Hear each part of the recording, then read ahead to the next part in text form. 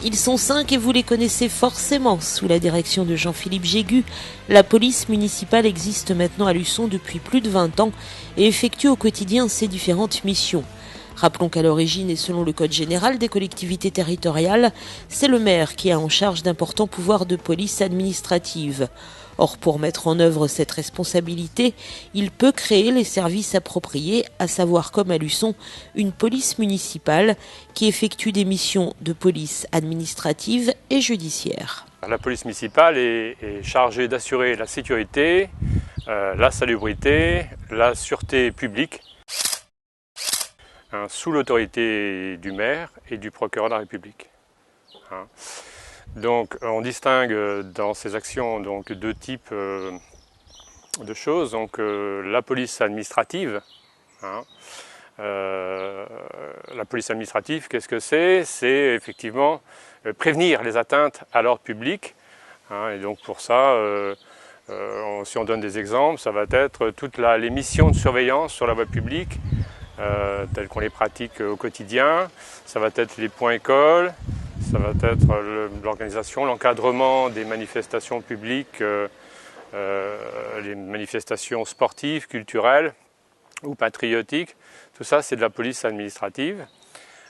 Et puis bien sûr, on a aussi bien sûr les missions de police judiciaire, donc le relevé des infractions qu'on est amené à faire sur la voie publique. Au quotidien, qu'on doit effectuer, les missions de surveillance, la surveillance des écoles, ce qu'on appelle les points écoles, la police funéraire, ce que beaucoup de gens ignorent d'ailleurs, et puis bien sûr tout ce qui va concerner les problèmes ou les différents voisinages, les nuisances sonores et autres. Voilà. À cela s'ajoute évidemment tout ce qui fait l'actualité, les réquisitions telle ou telle personne pour des problèmes et des nuisances à gérer. Voilà, quoi. Et quand vous franchissez la porte du poste de police ou quand vous les appelez, c'est d'abord au sourire de Myriam auquel vous avez affaire. Son rôle, s'occuper des tâches administratives et surtout gérer l'accueil. Police municipale, bonjour. Le premier, avant tout, c'est l'accueil des citoyens, recevoir les doléances, les rassurer pour la plupart, parce qu'il y en a qui se sentent soit persécutés par des voisins, donc beaucoup d'affaires de voisinage, qui râlent un petit peu parce qu'ils ont pris un PV aussi, ça arrive. Moi, je vais pouvoir ensuite soit les diriger vers un policier, soit les renseigner directement. La plupart du temps, c'est transmission vers un policier. Je vais pouvoir aussi, s'il y a une affaire de voisinage, envoyer les policiers municipaux sur place. Donc je le fais à l'aide de cette petite radio qui ne me quitte pas. Les enquêtes administratives aussi, il y a beaucoup d'organisations telles que CAF, aussi services de recouvrement, qui nous demandent où sont parties les personnes, donc leur donner les adresses.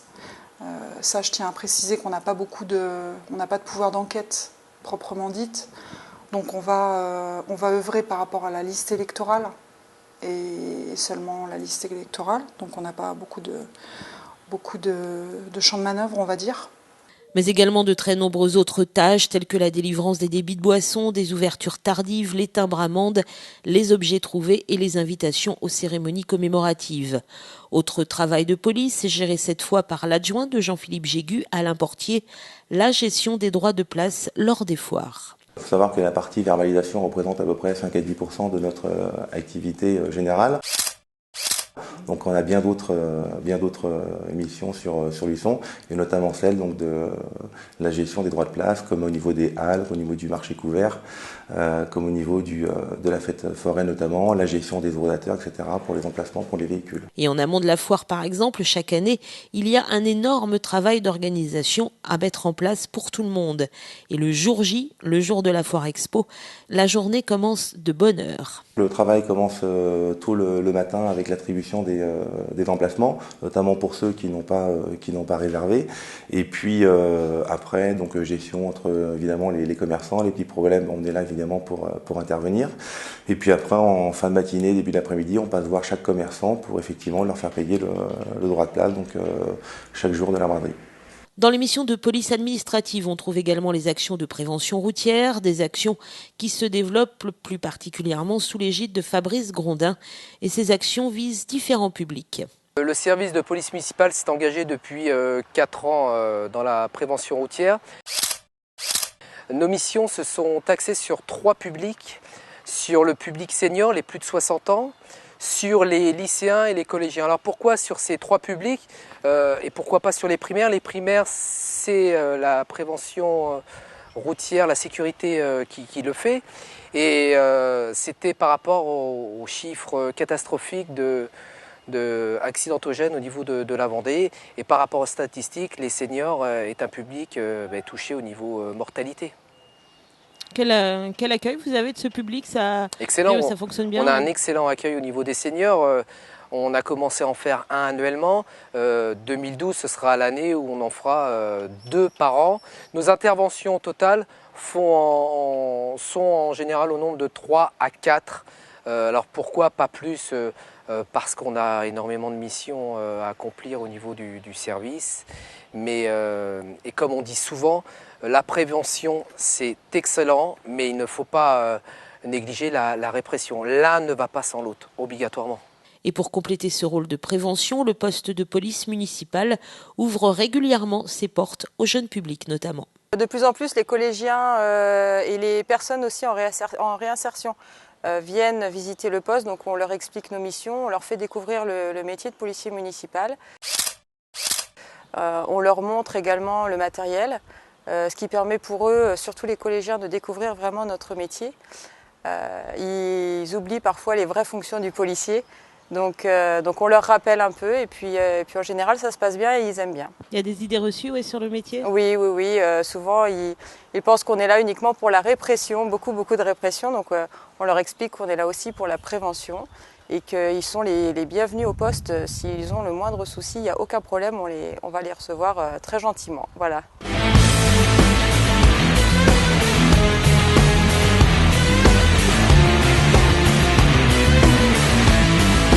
On fait la sortie du collège et M. Faquet, le principal, nous apprend qu'à 17 h, une des collégiennes a disparu.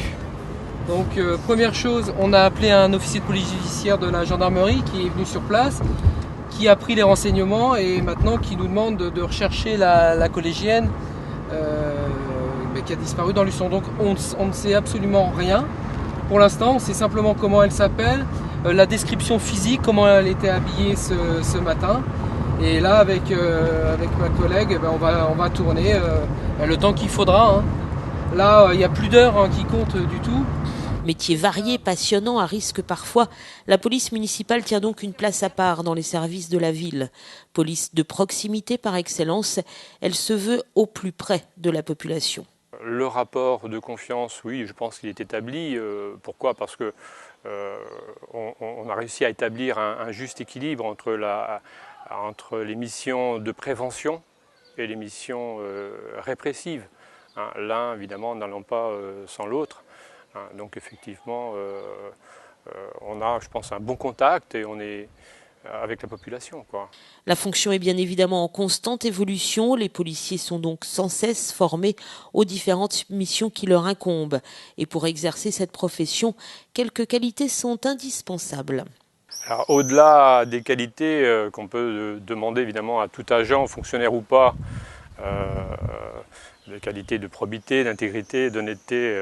On va demander aux fonctionnaires de police d'avoir du sang-froid, d'avoir une capacité d'analyse d'une situation, une capacité à réagir, parce que c'est vrai qu'on peut être amené à se trouver en face d'une situation brutale, voire dramatique. Je pense à des agressions, c'est assez rare à Luçon, fort heureusement, mais il peut s'agir aussi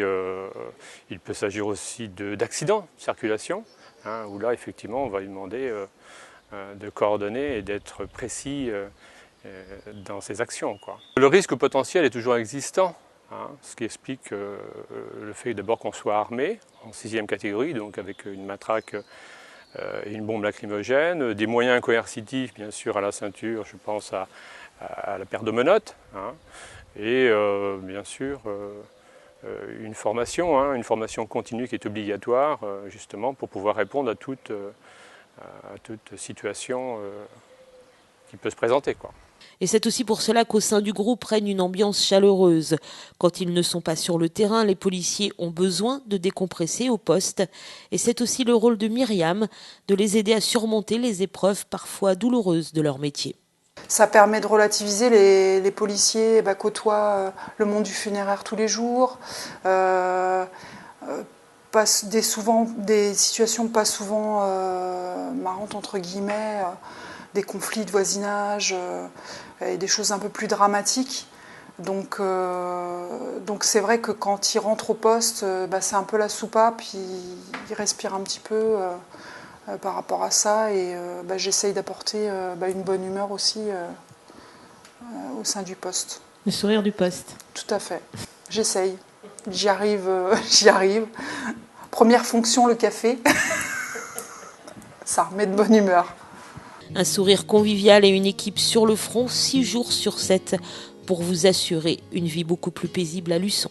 Calm down,